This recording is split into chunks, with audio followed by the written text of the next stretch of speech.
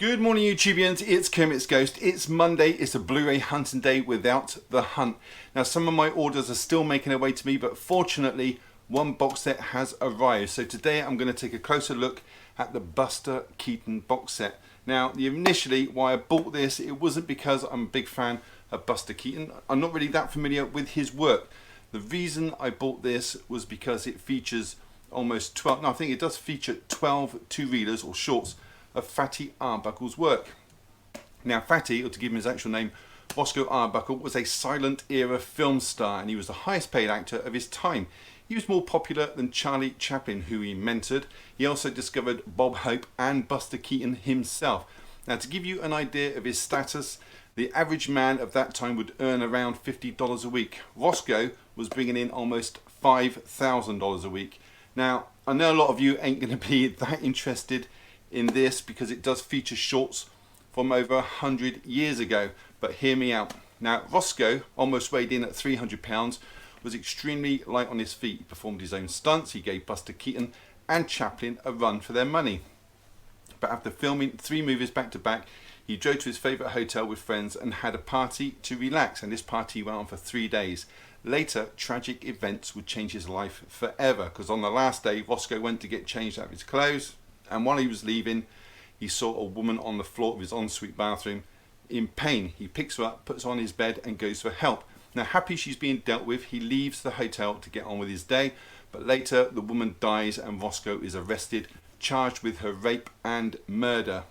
The dying woman did tell attending doctors that Roscoe had absolutely nothing to do with it, but it was never given in evidence in court as it was treated as hearsay. Papers painted Roscoe as an absolute monster, and to add insult to injury, the studio, who he recently signed on a 3-year deal for $3 million, cancels it and hangs him out to dry. Now he's finally acquitted after a lengthy and expensive trial, but no one will hire him and he's banned from working in Hollywood for an entire year.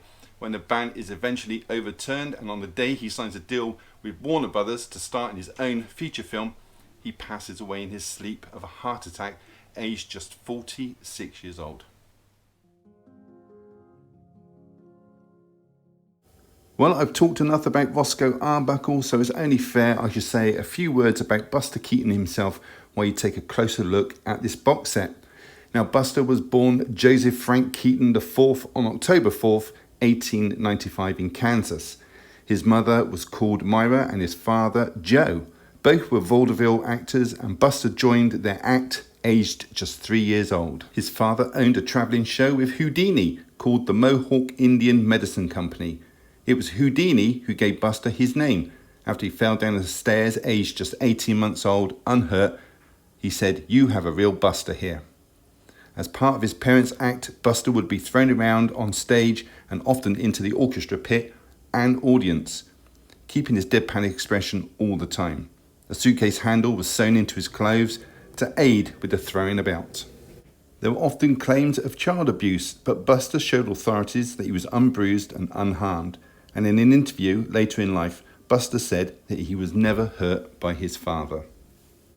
Keaton served in the American Expeditionary Forces in France during World War I, and during that time he suffered from an ear infection which left him permanently impaired.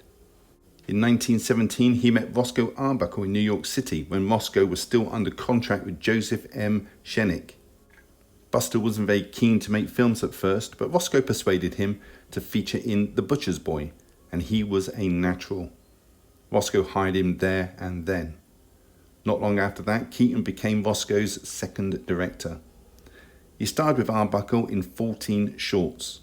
They became very close friends alongside Charlie Chaplin. After he had made a name for himself, Shenick gave Buster his own production company. The Buster Keaton Productions made a series of 2-reader comedies, but it wasn't long before Buster moved into full-length features. And it is said that during one of Buster's films, Sherlock Jr., Buster broke his own neck when a water tank was emptied directly on top of him from above. He didn't realise it was broken until many years later. You're probably familiar with the amazing stunt as well, when the side of a building falls, narrowly missing Buster, all but a single window is open, and it falls perfectly with just inches to spare either side. The wall weighed 2 tons. Keaton also went on to sign a contract with Metro Goldwyn and Mayer in 1928, but they would limit his creative side, and he said it was the worst business decision of his life. He was even forced to have a stunt double, something he had never done before, but MGM wanted to protect their investment. Keaton, now starring in movies with sound, meant he had to shoot a scene 3 times, one speaking in English, the other Spanish, and the remaining one either German or French. Buster hated this new requirement, and later he would become a gag writer for MGM. He ended his career featuring in cameos in films and television, like The Good Old Summertime, Sunset Boulevard, Around the World in 80 Days, and It's a Mad, Mad, Mad, Mad World.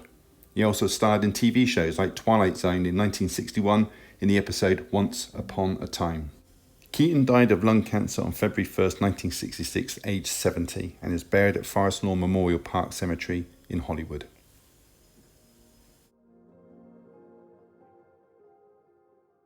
The Butcher Boy has a runtime of just 30 minutes and was made in 1917. That's 104 years ago. It was written and directed by Roscoe Fatty Arbuckle and stars Buster Keaton in his first role. It tells a story of Fatty the Butcher Boy, who's in love with Amanda.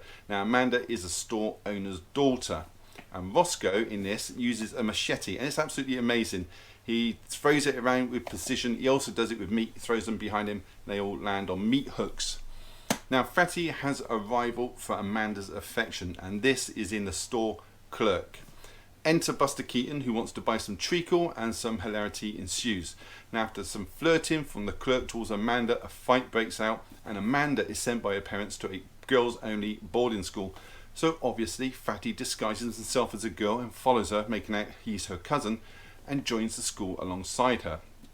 Now, undeterred by this, the clerk also dresses up as a girl and does the same thing, but he has the intentions of kidnapping Amanda and using his helpless friends to help. One of them is Buster Keaton.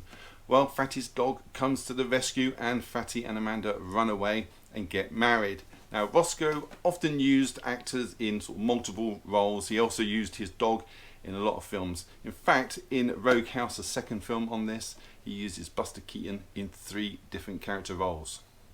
So that is it. That is the Buster Keaton short film collection from 1917 through to 1923. Have you ever seen any Buster Keaton films? Have you ever seen any Fatty Arbuckle films? Let me know down below in the comments. I will get back to you, I promise.